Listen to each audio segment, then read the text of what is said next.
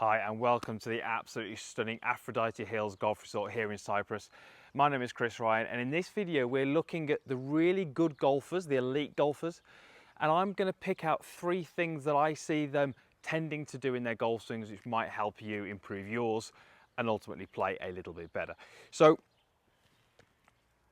3 traits. Now these are not absolutes. This is not something that every single elite golfer does, but these are the 3 things that I see really quite commonly when you get a really good golfer. And what these 3 things do is they really help that golfer achieve the maximum amount of speed into the golf ball. They also help that golfer achieve a very good club face at impact, which is really key to playing good golf. And it ultimately helps them deliver the club to the ball in a consistent fashion. And if we were to look at the golfers that we see day to day, the handicap golfers, those are often the 3 things they want. They want a little bit more distance. The word consistency comes up a lot. And in terms of consistency, having good control of the club face is a really key element to having more consistency.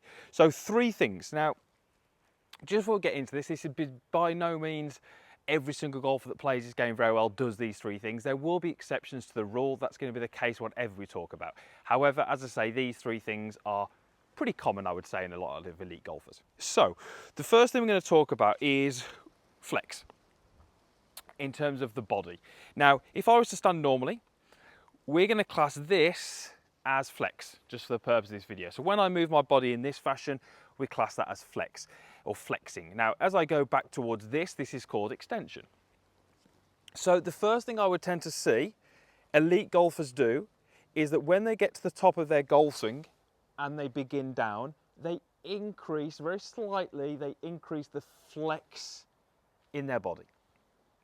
So you can see how, relative to the ground, the angles that I've achieved, as I start down, I'm slightly increasing those angles. Now, just for the purpose of these little rehearsals, I'm probably going to over-exaggerate this a little bit. However, it will happen. So we're going to see this, as we start down, this increase in the body flex. Now, you'll notice, hopefully there, that my tailbone moves slightly back behind me, and my head, if anything, loses a little bit of height. Now, as I said, I might have made those rehearsals a little bit more exaggerated, but again, we see this in the elite golfers. We see the increase in flex. Now, why is that? Well, effectively, they're trying to generate some speed. They're trying to get this golf ball, you know, a good distance down that fairway. And part of the way they do that is they start to use the ground. Now, when we start to use the ground, we often see this increase in flex. So it's certainly something that we'd like to maybe look at in terms of improving your golf game, because the opposite to that is what I tend to see in the poorer golfers. So if you're a golfer out there who doesn't generate huge amounts of speed, you will often find that from the top, you start to extend a little bit too quickly. You start to lose those angles. And what that means is that really you're not efficiently using your body to create some speed.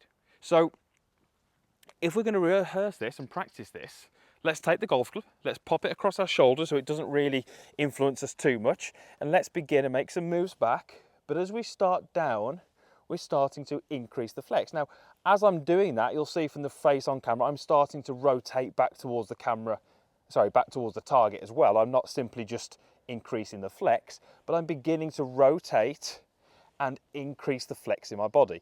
This is such a key move in terms of how we generate speed.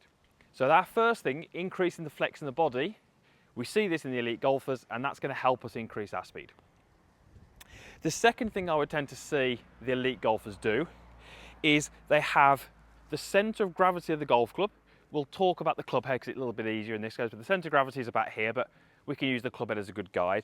They have the club head, what we call laying down behind the path that the hands take. So if you imagine from the top, my hands are going to have a certain route down to impact, and early in that downswing, the center of gravity will be lower than that movement.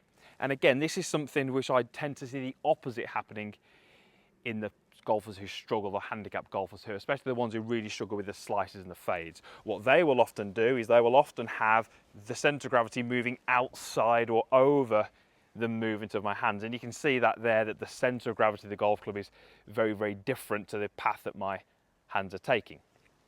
So if we go up to the top, this would be termed as what we call laying the shaft down. So this is a very, very topical subject at the moment. There's lots of videos out on YouTube, lots of discussion about how we can actually lay the club down.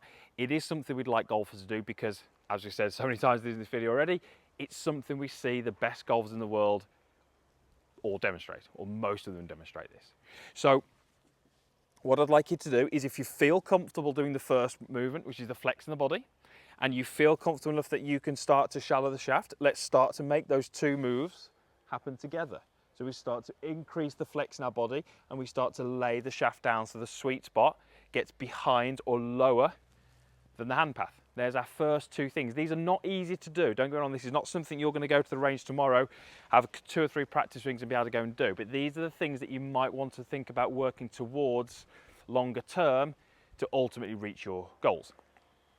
The final thing that I tend to see the majority of elite golfers doing in their golf swings, which helps them hit that ball a good distance and straight, is that at last parallel here, they have the lead wrist slightly flexed.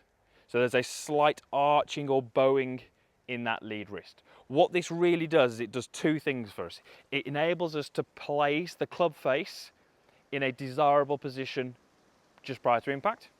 And what that does in turn is it helps us achieve a much more desirable impact where the handle is slightly forwards, and that allows us to put the most amount of pressure through the golf ball, and it helps us to control our angle of attack, which is absolutely key for all of the golf clubs that you hit.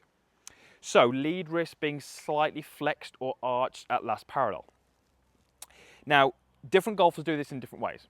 So someone like let's say a Henrik Stenson or a Justin Rose, they will actually have at the top of their golf swing, their wrist will be slightly cupped, but at last parallel, it's slightly flexed. Let's take someone like a Jordan Spieth, for example, partly due to how he holds the golf club, but if you look at his wrist, he actually gets that wrist flexed or bowed very, very early into his backswing, and then he pretty much maintains that down to last parallel. The purpose of this explanation being, it doesn't necessarily matter how you get there, but we tend to see all of the elite golfers achieving that look to their delivery position. So here's what I want you to do. This is not, as I say, going to be easy. This is going to take some practice, but I want you to try and make some rehearsals without a golf ball, where you're actually going to go to the top of your golf swing. And then what you're going to do is you're going to feel like you increase the flex in your body, lay the club shaft down behind your hands, and at last parallel, we have this lead wrist arched. Okay, let's do that again for you. Up to the top, flex the body slightly, and there's our delivery position. So you can see I've definitely not early extended. We see that so commonly. I've definitely not tipped the club outside the hand path too soon, and I've definitely not left the club face wide open with the wrist extended. Interestingly enough, you'll notice that the 3 things that I've mentioned in this video are all downswing traits. They're things that happen from the top down towards impact. Within reason, what you do in the backswing is irrelevant, because we can fix a lot of what we do in the backswing with a very, very good downswing sequence, and then we can start to get some better impact conditions as a result of that. So for me, the commonalities that I see in the better players are certainly more downswings as opposed to backswing moves. So, not an easy video to do, this one. This is not something, as I say, you're going to go to the range tomorrow and do, but it's something that I say you might want to look towards improving, because many of the good golfers who play this game to a high level do those things. Right, let's give this a hit. I am stood on a par 4 with a 6 iron, so not the best choice of club. So let's just see if I can nudge it down into the fairway, doing those 3 things.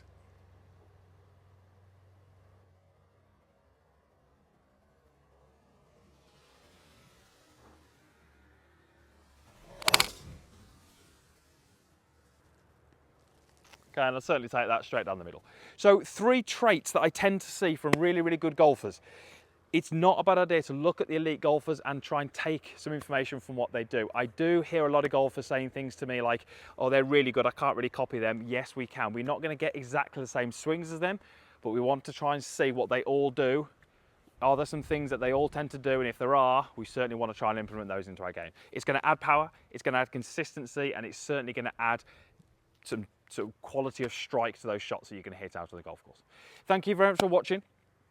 Once again, thank you to Aphrodite Hills for hosting me for a few days, and big thanks to Golf Breaks for sort of making this all happen. All the usual stuff is down below. There's a comments box, there's a like button, and there's a link to subscribe. So if you're not a subscriber of my channel, click that link. Loads more videos coming weekly. Thanks again for watching, and we'll see you again soon.